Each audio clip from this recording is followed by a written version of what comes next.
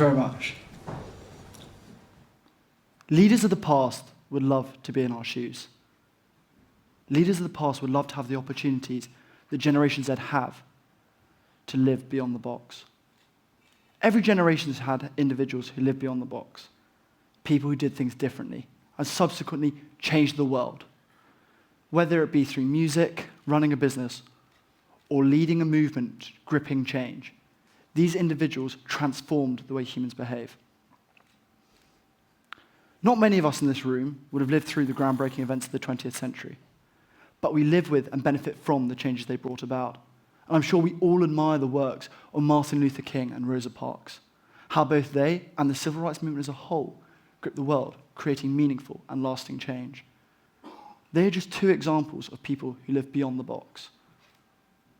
So here's a question for you. Can you imagine the impact leaders of the past would have had if they were born within Generation Z? Generation Z are the cohort born between 1995 to 2010. We've become the first limitless generation. A generation who no longer need to create a full strategy in order to reach and influence thousands of people. We just create a tweet. Think of the power this holds. Every single Gen Zer has a platform with which they can voice their opinions and ideas. I mean, you only need to open your phone and you'll probably find any one of your friends talking about a trending news topic as if they were some sort of expert. This concept alone takes our entire generation and puts us beyond the box. Why? Well, because my parents grew up being told, you'll be seen and not heard. Whereas I'm growing up in a generation where I can reach 1,000 people like that. So instantly our generation is super different. But what does this mean for a Gen Zer? Well, it means that for the first time ever, we are able to pursue our passions at any location, at any time, with any identity. But most importantly, to any uncapped level. Let's take a look at the world of music. Firstly, learning music. It used to be super expensive. It leaves us without surprise that here in the UK, the Royal College of Music in London has the highest number of privately educated students of any university in the UK at 55.9%, which is staggering compared to the national average of 7%. But this is changing. Now, education is more accessible than ever before. Who here hasn't been educated by the School of YouTube free of charge? If you have a passion, you can pursue it. Education and money is less of a restriction. But looking at music specifically, there are other seismic shifts that have caused the industry to change. For example, previously, in looking to make a career out of music, you needed a label. It was a fundamental requirement. It required you to reach out to the right people to then have your music invested in. Only then could you go out to the masses, where you would be hidden behind a PR team. They created your narrative. They pushed for you to have sets on TV and radio. They grew your following. You, the artist, were just a small cog in the machine. You were firmly positioned within the box. But now we're seeing Gen Zers grow huge followings and gain huge success within music from their bedroom. A bedroom that's probably in their parents' house. But these individuals aren't just artists. They're lyricists, publishers, tour manager, PR team, backing vocals, bass guitar.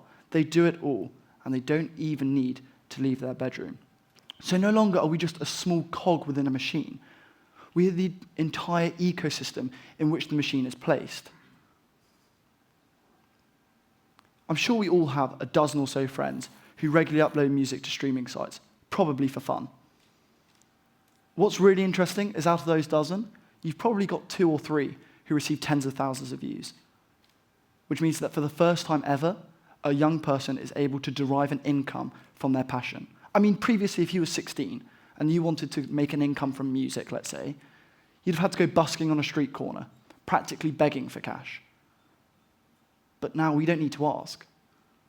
Our passions, in this case music, are being seen by enough people to be deserving of an earning in its own right.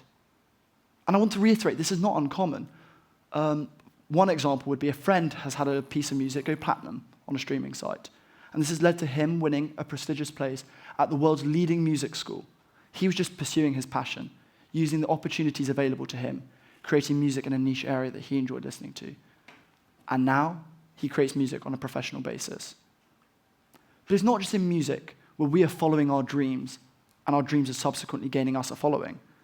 But we're seeing Gen Zers pursue modeling, acting, journalism, comedy, even athletics. And these are just some examples of passions and potential careers that Generation Z are pursuing while still in school. But it goes beyond just careers or just making a bit of extra pocket money. Gen Zers are now even starting businesses.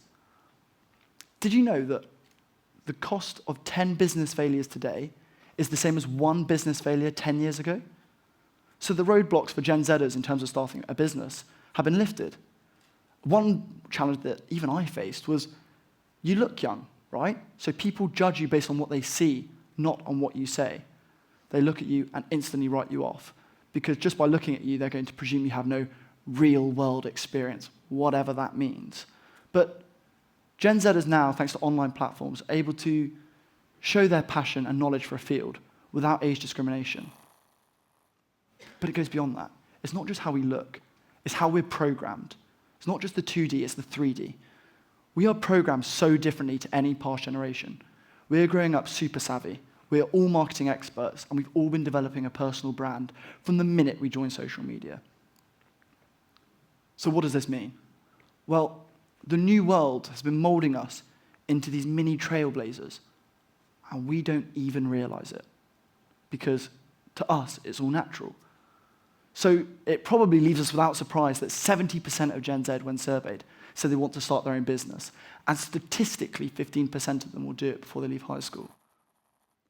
But the real amazement comes from those who are going beyond enterprise to even starting charities. Can you believe it?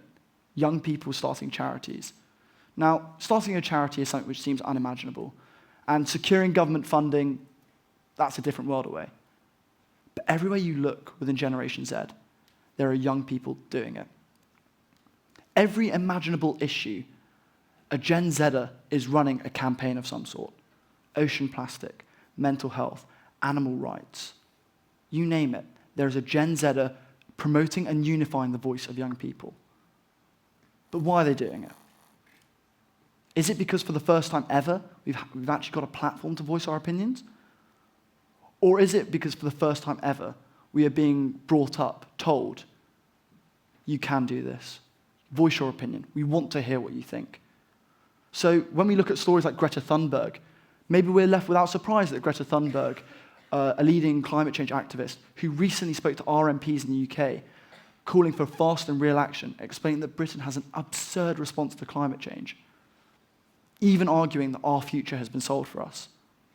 Now, Greta Thunberg started the School Strike for Climate movement in August 2018, and this has since taken off globally. Let's just take a step back for a second. Greta Thunberg, a 15-year-old at the time, started a movement, initially by skipping school, and 6 months later, this movement has taken off to become a worldwide phenomenon.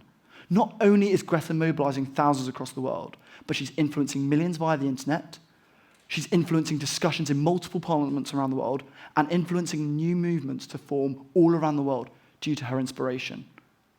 Greta is the perfect example of a Generation Z campaign gone well.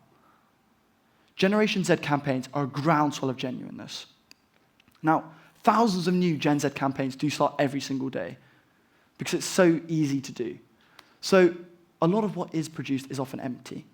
By that, I mean it lacks substance. So how many times have you seen a company use charity as a vehicle in order for them to gain hype and sales for their company?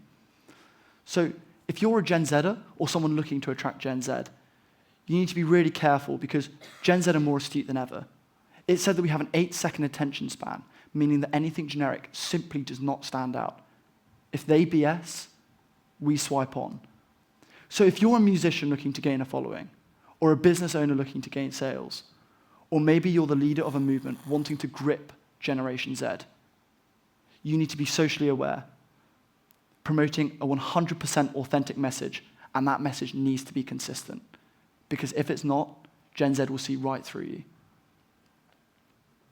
Some people may question, is this opportunity for everyone to create a campaign en masse actually a good thing? But in my eyes, it's truly awesome. Never before has there been more competition. But what that means is, if you have the ability to stand out, that means whatever you're doing is really special. It's something which maybe is a one-in-a-generation campaign. So if you're standing out, people are buying into your movement, people are supporting your motion, your potential reach is now infinite, thanks to mainly platforms like social media. So young people now have the opportunity to do bigger things than ever before. Small people can now do incomprehensibly big things. So when we, Generation Z, come together for a collective cause, we don't just leave the box behind, we blow it out of the water. But that brings me back to my original question. Can you imagine the impact leaders of the past would have had if they were born within Generation Z? Could the suffragettes of 1907, who recruited 50,000 members in the UK, have instead recruited 5 million across the world? Or could the bus boycotts of Montgomery in 1955 have instead been the bus boycotts of the United States of America? The world is changing at an ever-increasing pace. The fabric of life progressed more in the 19th century than the 2 previous centuries combined. The 20th century, even quicker still, led first by industry, then technology. And in the latter half of the century, obviously there was a huge push for equality across the board, namely with the civil rights movement. But now, we're progressing at a quicker rate than ever. Since the year 2000, in just the last 19 years, we have seen the development of cars that drive themselves, computers that teach themselves, currencies sustained by algorithms with no further human input. We've even had medical discoveries, notably with stem cell research. And arguably the coolest, we've taken a photo of a black hole. So you name it, it's happening. We are living rapid change. But not only are we living rapid change, we're driving it.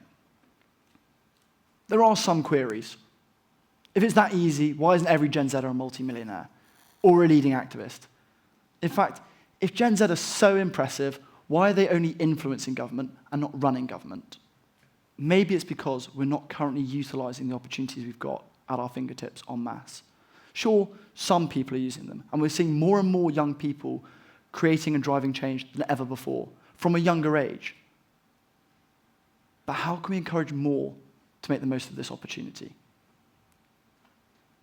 Are you? Are you using your opportunity to live beyond the box? It's tricky. By no means do we have the perfect hand. We have new expectations. We are expected to be wise beyond our years. We are expected to be a force for good. And we are expected to be a global citizen, all whilst being ourselves. By no means do Generation Z have the perfect hand. We have it no easier than any other generation. We just face different challenges. But then again, you could argue that other generations don't have the same opportunities that Generation Z have. So surely we're in a better position if you look at it that way. Now, I really do want to emphasize this is not a social media talk.